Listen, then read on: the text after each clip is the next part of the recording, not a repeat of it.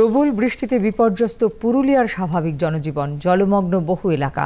বহু জায়গাতেই বিশেষ করে পাহাড়ি এলাকায় কজওয়ের ওপর দিয়ে বইছে জল। পুরোদমে চাষে নেমেছেন কৃষকরা, তবে প্রবল বৃষ্টিতে ক্ষতির আশঙ্কায় ভুগছেন তারা।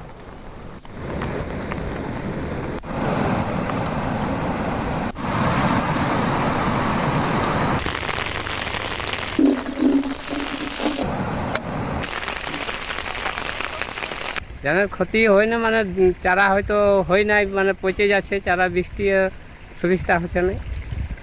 কি চাইছেন? কৃষি দপ্তরের কাছে কিছু চাইছেন?